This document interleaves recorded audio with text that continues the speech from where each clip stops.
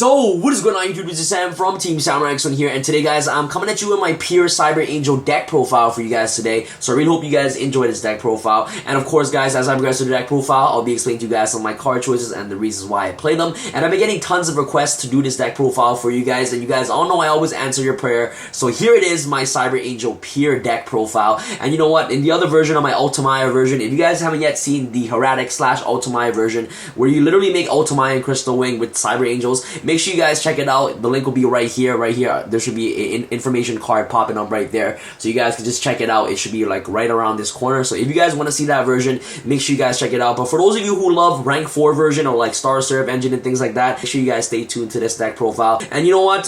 For those of you who do not want to watch this deck profile, I completely understand. I always have a deck list in the description box below, so make sure you guys check out the deck list in the description box, and you guys don't have to listen to my annoying voice. So yeah, guys. So you know what? I've been testing this version for quite some time, and this is my best version of this deck. You know, this deck is very consistent. It can easily you know, spam rank 4s and make Deltros and Ouroboros and things like that, and it's very, very good. And the main focus of this deck is to basically focus on the pure Cyber Angels and, you know, using your starserpah engine to support that. I'll explain to you guys everything throughout the deck profile. Most of the Cyber Angel stuff are very, very self-explanatory, but if there's anything else I need to address throughout the deck profile, I will. Before I get started with this deck profile, can we get 300 plus likes? If you guys give this video 300 plus likes, I'll showcase you guys a dual video, a live dual commentary video with this deck. So make sure you guys give this video 300 plus likes. That'll be absolutely amazing, guys. If you guys like this video, I know that you guys love my content and you guys want to see more of it. So if you guys give this video a huge thumbs up, that'll be absolutely amazing. If you give me a push for 500 plus likes, that'll be so amazing as well. So without further ado, let's get started with this deck profile. Let's start off with the basic. You want to play triple Cyber Angel Benten. This card is one of the best cards in the deck because it is your searcher, which is very, very nice. And you know what? Opening up Cyber Angel Benten and like preparation of rights, it's very, very amazing, because the really good thing about Benten is that Benten can reoccur itself. So if you tribute Benten, you can basically add another Benten to your hand, so that way that you get another access to a tribute fodder. So if you add a second Benten, you tribute out the second Benten, you can search up a third Benten or even an Idaten or a starserpah, scepter, soverignty, or anything like that from your deck to your hand, which is very, very amazing. So triple Benten is definitely needed in the deck. You guys all know it's very, very self-explanatory. This card is one of the best cards in the deck, so triple Benten, very needed. Next off, you want to play, of course, triple Cyber Angel Dakini. This card is very, very good. I love Dakini. This card is amazing. Like, you know what? You know, in Japan, I believe that they didn't have this card censored, but in the TCG, they decided to censor this card, so I love to call Dakini Bakini. So I feel like it's pretty funny, so hopefully you guys can understand the joke. But Dakini is really good because I feel like it's a really underrated card in the deck.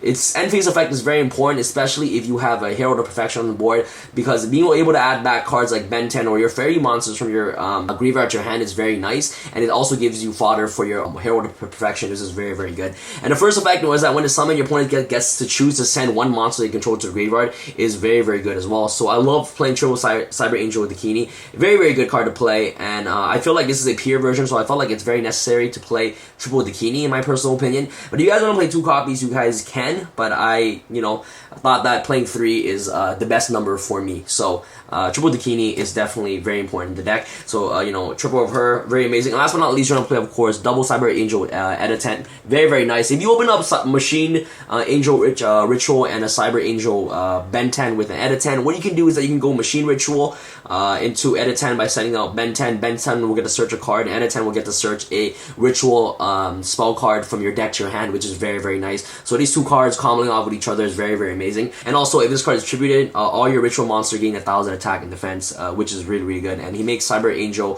Dakini 3700 attack and Herald 3800 defense, which is pretty cool. So that's pretty much it for your Cyber Angel engine. You know, really, really standard. To other rituals, we're gonna play double Saffira. Very, very nice to play. One of the best.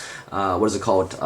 Pre-preparation of rights target, which is very, very amazing. So double Saffira, you guys all know what this card does. And last but not least, I played the 1 Herald Perfection because I felt like 1 Herald is definitely more than enough for this version, because this version is not a Herald of Perfection deck profile. This version is a pure Cyber Angel deck profile, especially if you can go Herald Perfection with Saffira and Dakini on board is very, very amazing. So 1 Herald Perfection is very good because it helps basically negate all the problematic cards that you're trying to face, and it's also very good at one because it is searchable off manju and also Ritual Sanctuary and pre-preparation pre-preparational rites. And yeah, so that's pretty much it for the ritual monsters. Very, very standard. Next, you want to play, of course, double Cyber Petite Angel. I felt like this version 2 is definitely more than enough, and I felt like triple manju is definitely necessary because one, it's a rank 4, it's a level 4 monster, that way that you can have easy access to your rank 4 XYZs, and also this card can search out anything, whereas Cyber Petite Angel can only search out your Machine Angel Ritual or a Cyber Angel Ritual monster from your deck to your hand. So definitely, I like playing the 3-in-2 ratio with the searchers, which is very, very nice. So that's pretty much it. And Cyber Petite Angel is really good because you can dump Cyber Petite Angel with Beatrice, and you can revive it off with what's it called, Ritual Sanctuary, which is very, very amazing. So yeah, that's pretty much it. Let's go out to our last engine, that our support engine. You want to play, of course, triple Starserpah Scepter and triple Starserpah Soverignty. This version is this engine is very good in my personal opinion. It helps you draw into all your combo pieces, and you know, the extra draw off the Deltros off the Scepter effect is very important as well. Getting 2 pops with 1 turn with Deltros with Scepter is very, very amazing. So this card is really, really good. The really good thing about this engine is because Benten is just so good, and Benten can search out these cards right here because Benten searches out any light fairy from your deck to your hand. So you can add even, you know, your Honest. You can add what is called Archlord Christia. You can add these cards to your hand, which is very, very amazing. So let's say you open up, you know, Scepter, Benten, and like a pre-preparational rites and things like that. You can basically, you know, ritual summon by sending this to the graveyard as a tribute. Search up your Sovereignty and just basically summon Scepter, go with Sovereignty, and just draw into your pieces and go into Deltros, which is very, very good. So that's pretty much it for our monsters. As you guys can see, I do not play Archlord Christia or a Honest in the main deck because I felt like Honest or Archlord Christia is appropriate in the side deck. I felt like main decking them is not necessary because, in my personal opinion, you want to go first with this deck. Like you want to set your Saffira and your Herald of Perfection plays as soon as possible. But most importantly, you want to see, you know, your first one Saffira. You want to summon your ritual monsters first turn as much as you can. And I felt like if you draw into Honest or Archlord Christia early game and things like that, it can, you know, hinder you from going off. And things like that. So I felt like Honest and Archlord Christia is definitely appropriate in the side deck rather than main decking those cards, because those cards aren't really good combo cards. They're more of like protection cards, whereas you have other cards in your deck to basically go off, like, you know, Starserpah, Scepter, Sovereignty, and things like that. You want to see these cards more often rather than dead drawing Archlord Christia or Honest during early game, especially opening up them in your first turn opening hand sucks so much. So yeah, but if you guys definitely want to main Honest or Archlord Christia, you guys can definitely go ahead and do that. You know what, this deck profile is meant to guide you guys on what you guys can play in your deck. I don't necessarily tell you guys to, you know, you must play this, you must play that. You know, throughout all my deck profiles, I explained that all the cards are flexible. You know, any cards you want to throw in, any ideas that you want to throw it in, man. You know, this, whatever suits your playstyle, just throw it in. Like, you know, it doesn't, you guys don't necessarily have to copy my deck. You guys can just use my deck as a guide on what to play and things like that. But if you guys have your own playstyle, just go for it, man. Don't be scared to play what you want to play in the deck. So that's all I got to say on that. So that's pretty much it for the monsters. We do play 22 monsters, I believe. And let's go off to our spells. Triple Ritual Sanctuary. You know, this card is just so good. It's like, you know, you're playing like you're already playing 2 petite and like 3 manju, and you're also playing, you know, triple of this. There's tons of searching going on with this deck. So triple Ritual Sanctuary card is phenomenal. Next you want to play, of course, triple Machine, very, very good. This card is like the gospel revival for what's it called, for rituals, which is very, very nice. For light monsters, I mean. So this is really, really good. The banishing effect to protect your ritual monsters or protect your light monsters on the field is very amazing. Next one I'm playing, of course, double Hymm Light and 1 Dawn of the Herald. Very, very amazing. These cards are your pre-preparation of rights target, which is very, very nice. Very, very standard lineup that you play. I love playing this, you know, the 2-in-1 lineup, because you are playing double Saffira and a Herald. You want to see pre-preparation rights as much as possible, especially in your opening hand, which is very, very good. I see a little glare there, so let me remove that for you guys. Hopefully this is better now, the lighting. So yeah, so double Hymm and 1 Dawn of Herald. Dawn of Herald is very, very good. If you open up Dawn of Herald, if you open up Perfection, Dawn of Herald, and Benten, you basically, you know, that hand is just amazing because you basically get to add with Benten and, you know, use Dawn of Herald to manage to add the Benten that was tributed from your graveyard right back to your hand. So you essentially have a Benten with another Benten search card that you searched off the Benten that went to the grave, which is really, really amazing. So Dawn of Herald is very, very amazing.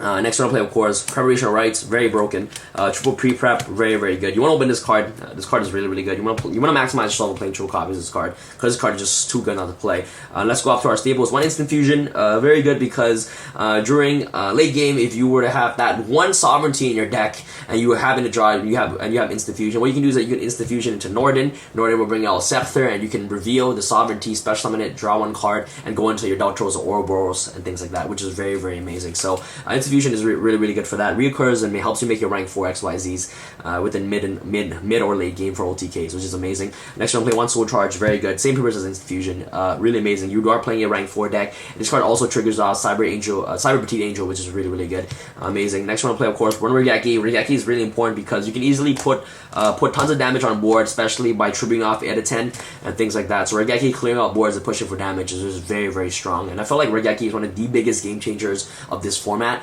which is very, very nice. So 1 Raigeki, and last but not least, double Twin Twister to round off our spells. We're not playing any traps in this deck. You know, you have most of like traps, like, you know, Machine Angel Ritual, Hymn of Light can essentially be your trap cards of the deck because it helps protect your ritual monsters, it helps protect your light monsters, which is very, very good. And you also have Herald Perfection as well in your deck to protect you from a trap, spell, or monster effect, which is really amazing. And you guys will be surprised how easily you can go into Herald Perfection by just playing the 1 Dawn of Herald and 1 Herald Perfection in your deck. You know, you just need to drop that 1, and it's easily searchable off Ritual Sanctuary, Manju, and Pre-Preparation of Rites as well, which is really, really amazing. So that's pretty much it for our spells. Very, very standard. And let's go off to our extra deck real quick. Our extra deck, let's go off to our rank 4s first. You want to play, of course, 1 Daltros, 1 Ouroboros, 1 number 39 Utopia, 1 you know, Lightning, very good. Legasso Emerald, really good because it recycles your Seraph engine, which is really, really nice. 1 Castell and 1 Abyss Dweller for our rank 4s because you can easily make these cards in this deck.